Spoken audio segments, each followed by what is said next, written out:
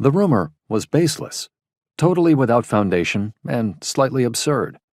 Nevertheless, many of Henry Lee's contemporaries believed it, and he himself frequently behaved as though he, too, accepted it as gospel truth.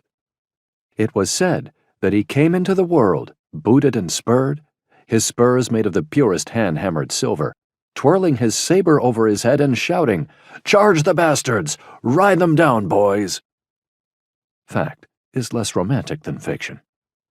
On January 29, 1756, during a hailstorm, Lucy Grimes Lee, the most celebrated beauty in the colony of Virginia, and once the unrequited object of George Washington's love, presented her husband with their second child and first son.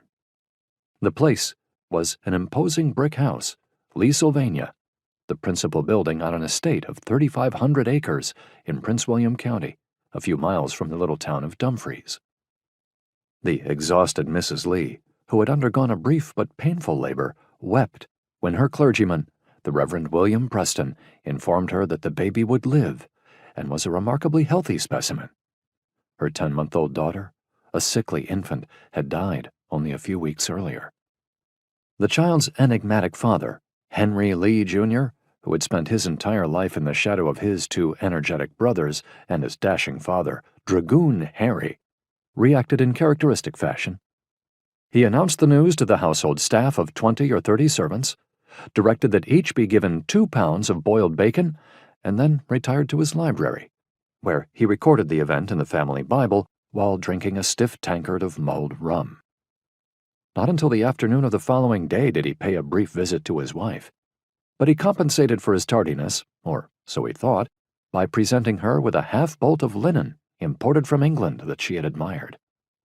In the meantime, he had written 3 letters of inquiry regarding a suitable tutor for his son, painstakingly drawn a sketch of a saddle he wanted made for the boy, and paid a visit to his extensive stables, where he selected a foal, which, he informed his chief groom, he intended to train himself as a mount for the child.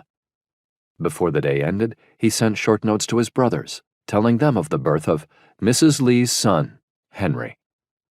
Aside from these few distractions, he refused to alter his daily routines, and although he offered the hospitality of his manor to relatives and friends in a manner befitting a colonial squire, he left their entertainment to his wife, preferring to ride alone across his acres or barricade himself behind a copy of Aristotle's Politics in his library.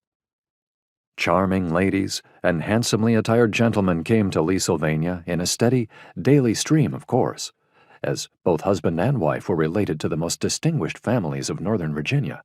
The Fairfaxes and Blands and Tylos came to pay their respects to the proud mother and retiring father, and so did the Wormleys, Corbins, Turbervilles, and Ludwells, not to mention all the Lees. Almost all were great landowners, and together they comprised the nearest thing to an aristocracy in the Virginia that swore allegiance to His Britannic Majesty, George II.